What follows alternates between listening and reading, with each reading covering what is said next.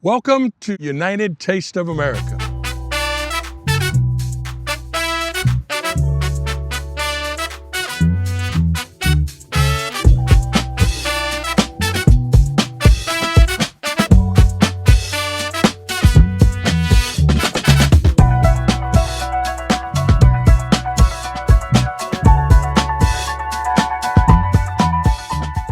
Today we find ourselves in state number one, the first state in our union, the great state of Delaware. Delaware was originally founded by both Dutch and English settlers, and later by the Swedes, believe it or not. But of course we know that the English prevailed with a huge land grant given to William Penn.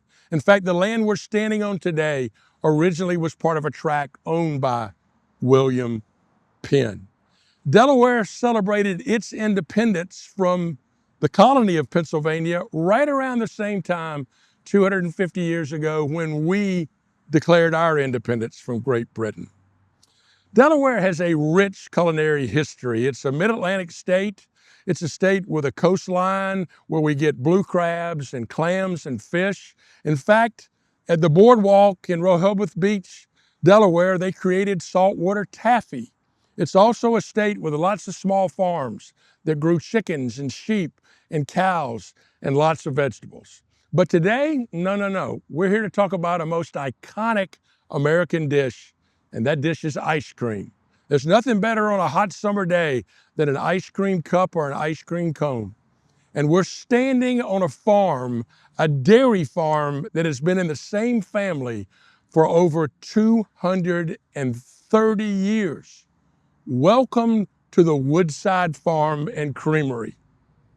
I'm with Jim Mitchell of the Woodside Farm Creamery, a very, very special place that's been in your family for quite a few years. Since 1796. 1796. Yeah. I understand that this was originally part of a large tract of land that was given to William Penn.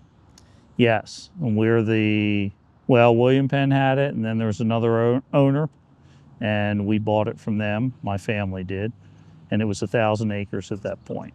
1,000 acres, 230 years ago, at Right. the start of our country's history. I Yes, believe it was. I believe General Washington was still the president of the United States He was at when that you point. bought that. That's right.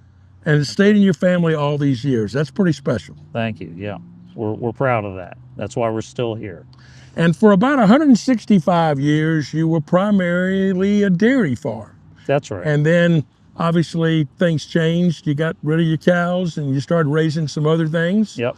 But then you decided, I want to go back to raising cattle and being a dairy farm, but I think in order to keep your dairy farm, you had to become an ice cream creamery. Well, that came a little bit later, but we started back with cows, Janet and I, in 1995, and realized pretty quick that was a tough way to make a living. So we said we need to do something else, and I went to Penn State and took an ice cream making course. So I have a diploma from Penn State that says I know how to make ice cream. And we opened the creamery in 1998. This farm, this is the American dream. This is the story of our country. You think about it. Yeah. Somebody bought this land in 1796 Right. with the idea of building a life, That's right. raising a family. That's right. And you've had multi-generations of Mitchells that have done just that. That's right. And that really is the story of America. Yeah. Yeah, it is.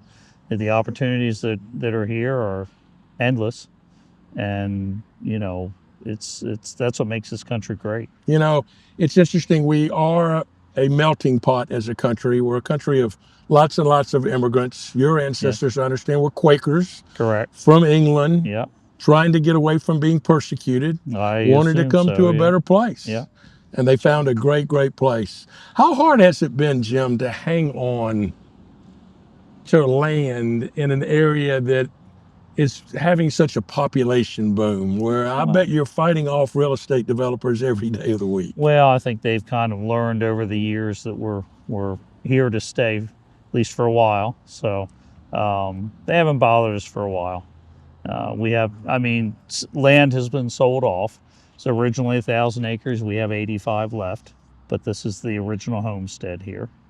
And the house that my father and sister are still in was built in 1804 by my great-great-great-great-grandparents, Thomas and Lucy Mitchell. So, And your dad, at age 95, 96, yep, yep, 95, yeah. is still living there. That's right. Wow, That's right. that's pretty amazing.